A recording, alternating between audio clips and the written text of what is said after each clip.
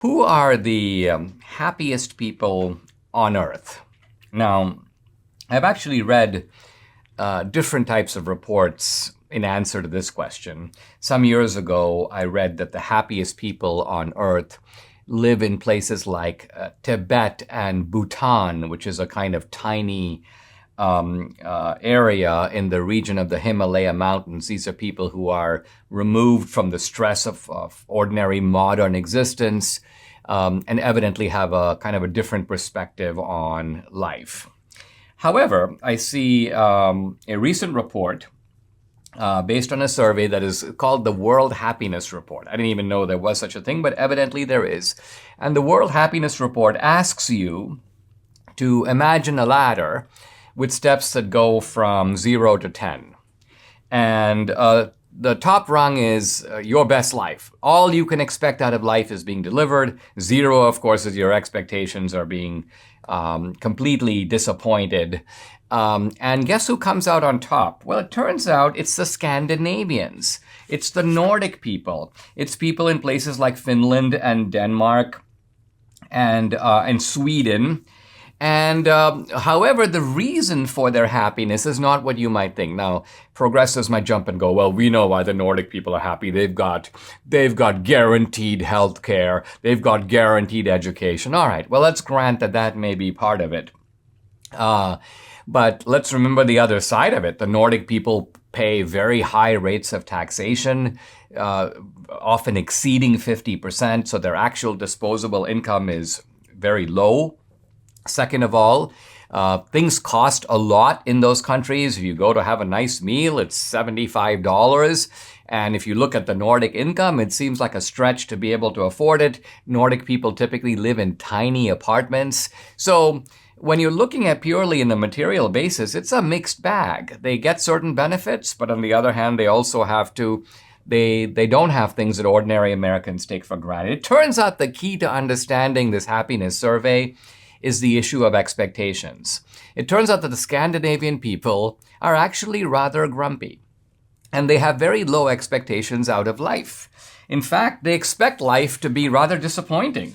And there's a Finnish guy, who's actually commenting on this World Happiness Report, and he goes, Finnish people never smile. And he goes, they never smile because they don't know what there is to smile about. And he goes, moreover, when Scandinavian people are told that they are the happiest people in the world, they vehemently object. They go, that can't be true. This is because they're so grumpy that they don't even want to think of themselves as happy. But the article goes on to say that ironically, this is the key to their happiness. In other words, they set very low expectations for themselves. And since they set low expectations, it's kind of like saying, I set up a bar and it's only 4 inches off the ground. Then I jump over the bar and I go, wow, I've actually jumped over the bar. So there is an element of wisdom here. Many years ago, I heard George Will, his day has passed, but George Will, the pundit, once said that he was a pessimist. And he said, the pessimist is the best way to be. And he goes, because when you're a pessimist, and I think Debbie will actually chuckle about this because she's a little bit like this too. George Will says, when you're a pessimist, you're usually right. You predict that things are going to go to doom, and they usually do. And then George Will goes, but even if they don't, you're happy they don't. You're pleasantly surprised that the house didn't fall down on top of you. And so apparently the Scandinavians are a little bit like that. Now look, to me, this is actually not an accurate description of happiness. I mean, think of it this way. You have two guys. One guy who sets his happiness dial at 10. I want to be very happy. I expect all these things to occur for me to be happy. And then he gets a 10. So he achieves his level of expected happiness. And then you have a Finnish guy or a Swedish guy or a Danish guy, and they set their dial at 3. They expect very little out of life. Who wants to have a happy marriage? As long as my wife doesn't, kill me, I'm okay. Who wants to live in a big house? As long as I have a roof over my head, I'm okay. So he sets the dial at 3, and then he scores a 3. Now, according to the World Happiness Report, these two people are equally happy. Why? Because in both cases, their full expectation has been met.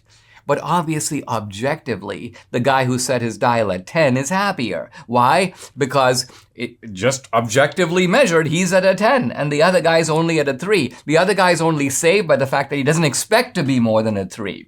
So I think that one has to consider the objective aspect, but there is also some truth in the idea that, look, if you don't try to, if your expectations about life are moderate in the Aristotelian sense, and that is you expect that the timber of humanity is warped. You expect that people are selfishly motivated. You expect that things often go wrong. Even the best laid plans don't always succeed.